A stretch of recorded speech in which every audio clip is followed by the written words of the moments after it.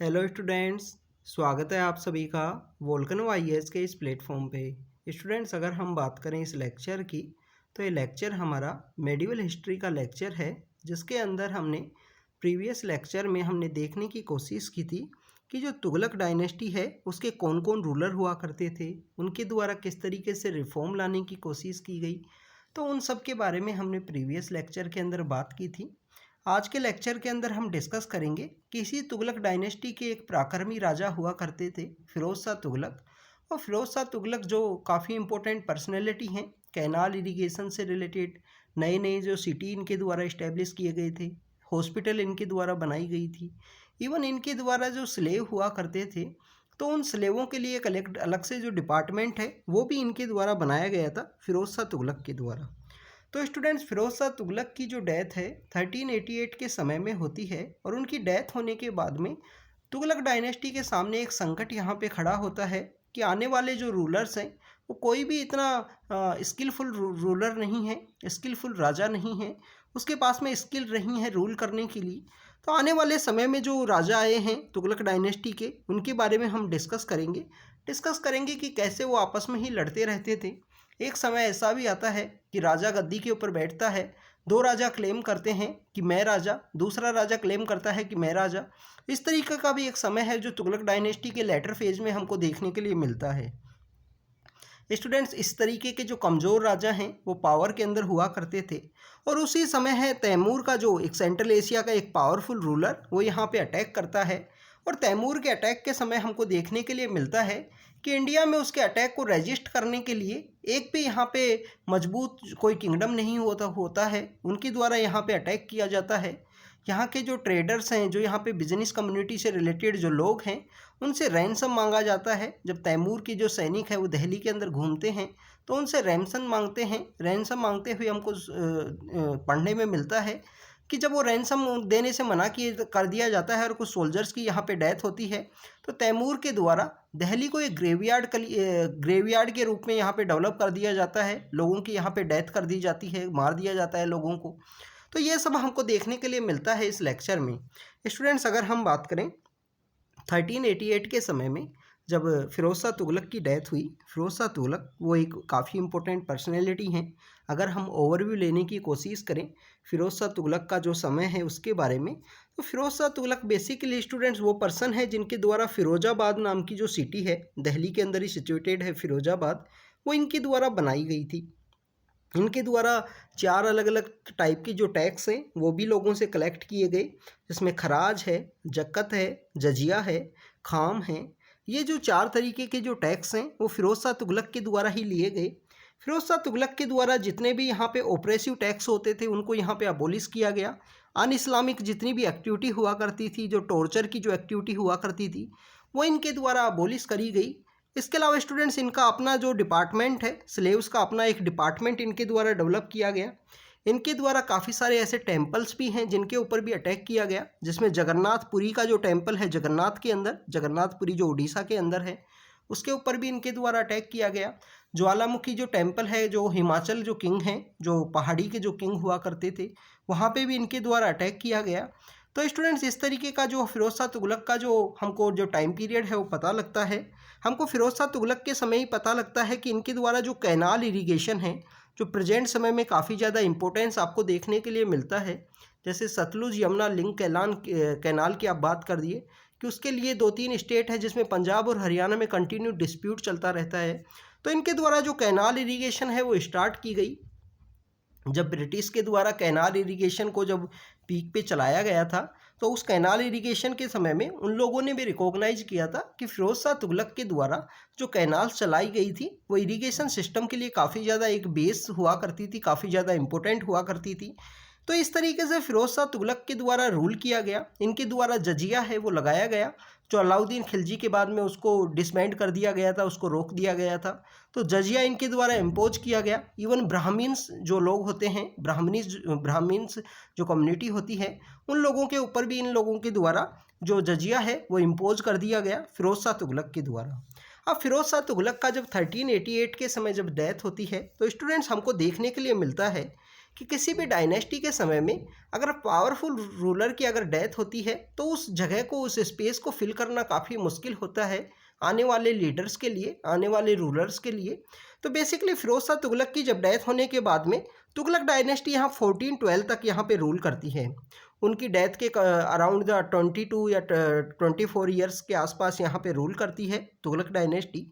पर उस आने वाली डायनेस्टी में हमको देखने के लिए मिलता है कि इस आने वाली डायनेस्टी में जो कंप्लीट जो किंग हैं कंप्लीटली वीक हैं।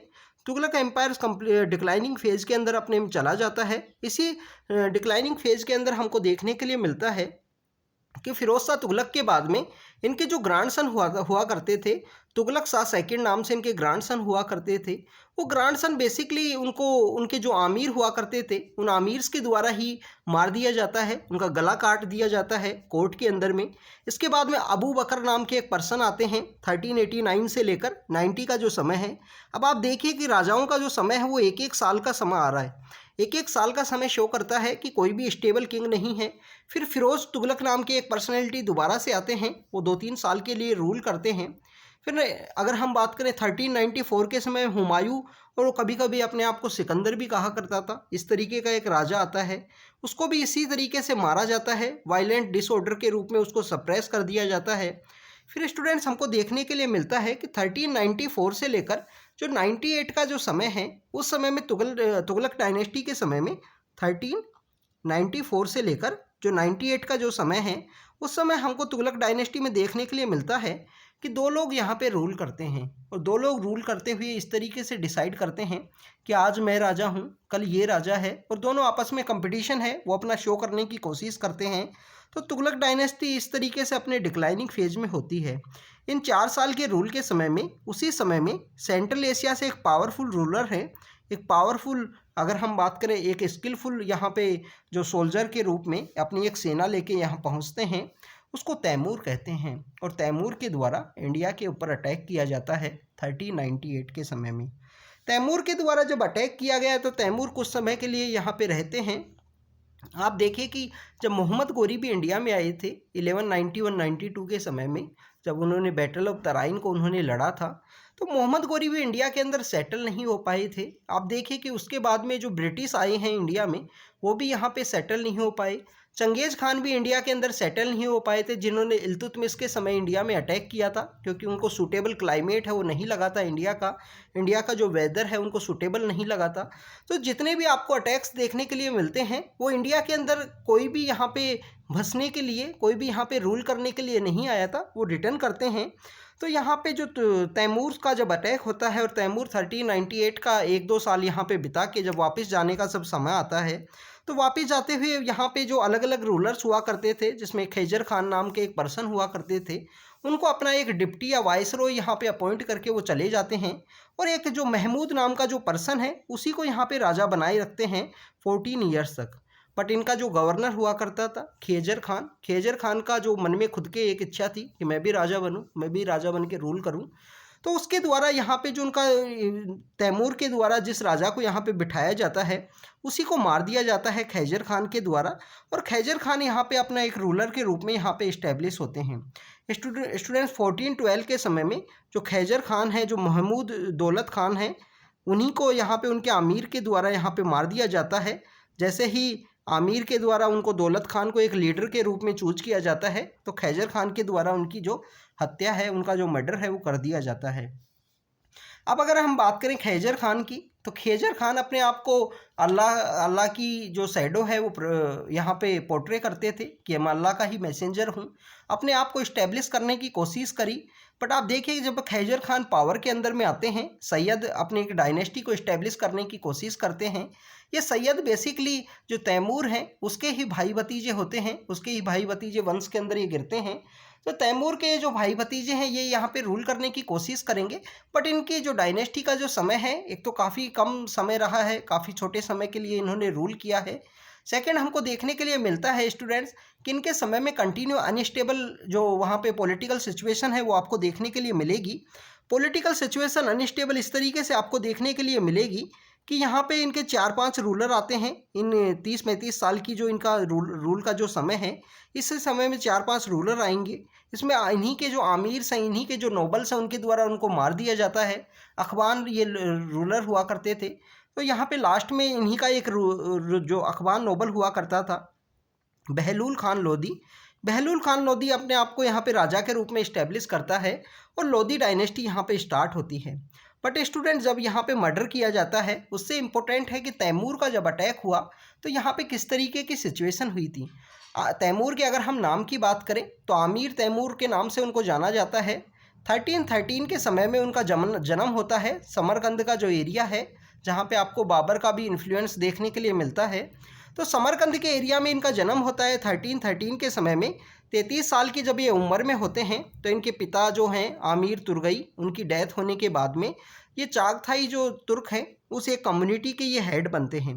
जो चागथाई जो तुर्क हैं, चगाई थाई जो तुर्क हैं, उनके 33 साल की उम्र में उनके हेड के रूप में, उनके मुखिया के रूप में इनको चूज किया जाता है।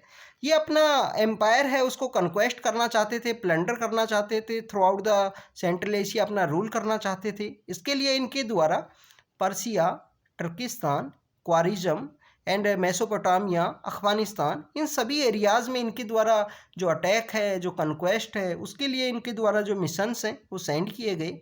1398 के समय इन्हीं के द्वारा 62 की अपनी एक उम्र के अंदर ये इंडिया के लिए अटैक करते हैं अपने 90,000 के आसपास हॉर्समैन्स के साथ में।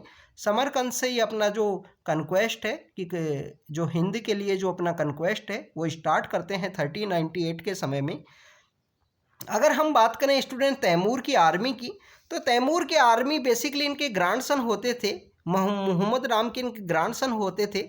उनके द्वारा बेसिकली इनके आर्मी को लीड किया गया। इनके आर्मी को उनके द्वारा मुल्तान है, दीपालपुर है, पकपट्टन है, ऐसे जो एरिया हैं जो सतलुज के एरिया बैंक के आसपास गिरते हैं, इन सब एरियाज़ में उनके आर्मी को लीड किया गया। इन्हीं के आर्मी के द्वारा जो खोकर नाम की जो कम्युनिटी हुआ करती थी पंजाब के अंदर, खोकर नाम की कम्युनिटी को भी इनके द्वारा हराया गया इंडिया के अंदर।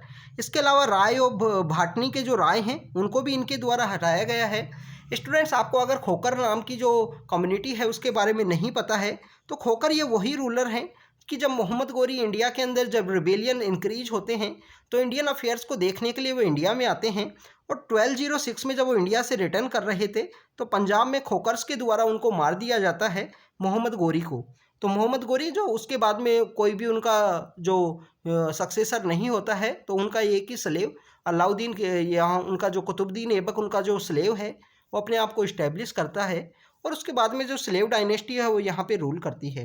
तो स्टूडेंट्स, आपको पता लगता है कि जैसे ही यहाँ पे जो डिफरेंट डायनेस्टी हुआ करती थी उनके द्वारा यहाँ पे उनको डिफीट किया जाता है तैमूर के द्वारा।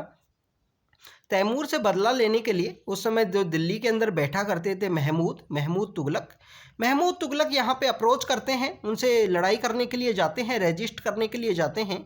पर बैटल इतनी ख़तरनाक होती है कि महमूद तुगलक और अपना उनका जो वजीर हुआ करता था मुल्ला इकबाल खान, वहाँ से बैटलफील्ड से ही वो निकल जाते हैं।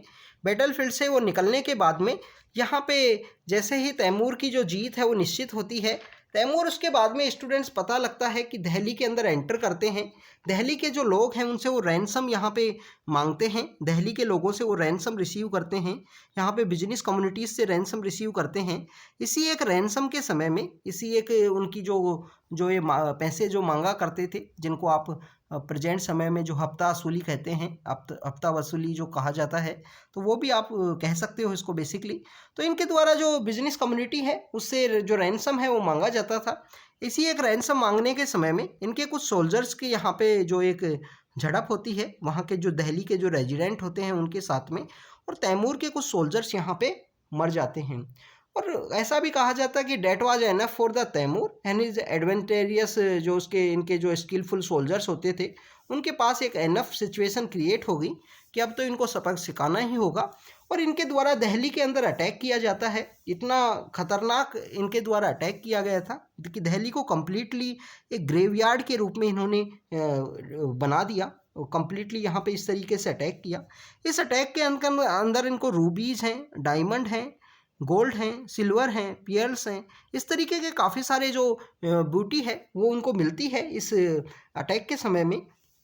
बट स्टूडेंट्स यहाँ तैमूर हैं वो यहाँ पे सेटल नहीं हो पाए। तैमूर यहाँ पे बेसिकली जैसे ही उन्होंने दिल्ली को लूटा उसके बाद में वो और शहरों को भी लूटने के लिए उन्होंने कोशिश की। उन्होंने मेरठ है, हरिद्वार है, शिवालिक रीजन है, जो नागरकोट है, जम्मू का जो रीजन है, वहाँ तक बेसिकली ये गए, वहाँ तक अपना अटैक है इन्होंने किया और वहाँ से इन्होंने जो प्लंडर करने की कोशिश की, इंडिया की इन सिटीज़ को इनके द्वारा लौटने की कोशिश की गई।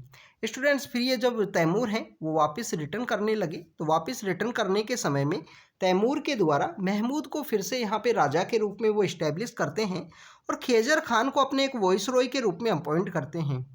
खेजर खान को अपने वॉइसरॉय के रूप में अपॉइंट करते हैं और महमूद को फिर से राजा के रूप में इस्टेब्लिश करेंगे कि आप यहाँ के राजा हो बट आप हमारे अंडर यहाँ पे रूल करोगे।